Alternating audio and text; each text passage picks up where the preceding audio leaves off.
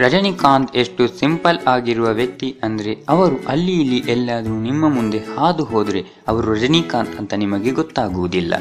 ಅದರಲ್ಲೂ ಸಾಮಾನ್ಯ ಜನಜೀವನದ ಅನುಭವಗಳನ್ನು ಮಿಸ್ ಮಾಡದ ರಜನಿಕಾಂತ್ ಆಗಾಗ ಬೇರೆ ಬೇರೆ ಗೆಟಪ್ಗಳಲ್ಲಿ ಸಾಮಾನ್ಯರ ವೇಷಭೂಷಣದಲ್ಲಿ ಓಡಾಡಿಕೊಂಡಿರುತ್ತಾರೆ ಎಂಬುದು ಗುಟ್ಟೇನಲ್ಲ.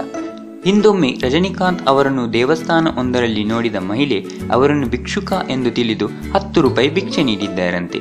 ಈ ವಿಷಯವನ್ನು ರಜನಿಕಾಂತ್ ಇತ್ತೀಚೆಗೆ ಸಂದರ್ಶನ ಒಂದರಲ್ಲಿ ಹೇಳಿಕೊಂಡಿದ್ದಾರೆ. ರಜನಿಕಾಂತ್ ತನ್ನ ದಿನನಿತ್ಯದ ಉಡುಗೆಯಲ್ಲಿ ದೇವಸ್ಥಾನದ ಒಳಗಿದ್ದರಂತೆ. ದೇವಸ್ಥಾನದ ಕಂಬಕ್ಕೆ ಒರಗಿ ಕುಳಿತಿದ್ದಾರಂತೆ. ಆ ಸಂದರ್ಭ 40 ವರ್ಷದ ಮಹಿಳೆಯೊಬ್ಬರು ರಜನಿಯನ್ನು ನೋಡಿ ಭಿಕ್ಷುಕರೆಂದು ಭಾವಿಸಿ ಅವರಿಗೆ 10 ರೂಪಾಯಿ ನೀಡಿದ್ದರಂತೆ. ಆ ಸಂದರ್ಭದಲ್ಲಿ ರಜನಿಕಾಂತ್ ಸಣ್ಣಗೆ ನಕ್ಕು ಏನನ್ನೂ ಹೇಳದೆ ಮಹಿಳೆ ಕೊಟ್ಟ 10 ರೂಪಾಯಿ ತೆಗೆದುಕೊಂಡು ಸುಮ್ಮನಿದ್ದರಂತೆ. ನಂತರ ದೇವಸ್ಥಾನದ ಹೊರಗೆ ರಜನಿ ಕಾರ್ ಹತ್ತುವುದನ್ನು ನೋಡಿದ ಮಹಿಳೆ ಶಾಕ್ ಆಗಿ ಅವರಿದ್ದ ಕಾರು ಬಳಿ ಓಡಿ ಬಂದು ಕ್ಷಮೆ ಕೇಳಿದ್ದರಂತೆ. ಈ ವಿಡಿಯೋ ಇಷ್ಟವಾದ ಲೈಕ್ ಮಾಡಿ, ಫನ್ಸ್ ಅಪ್ಡೇಟ್ಸ್ಗಾಗಿ ಸಬ್ಸ್ಕ್ರೈಬ್ ಮಾಡಿ. ವಿಡಿಯೋ ನೋಡಿದ್ದಕ್ಕೆ ಧನ್ಯವಾದಗಳು.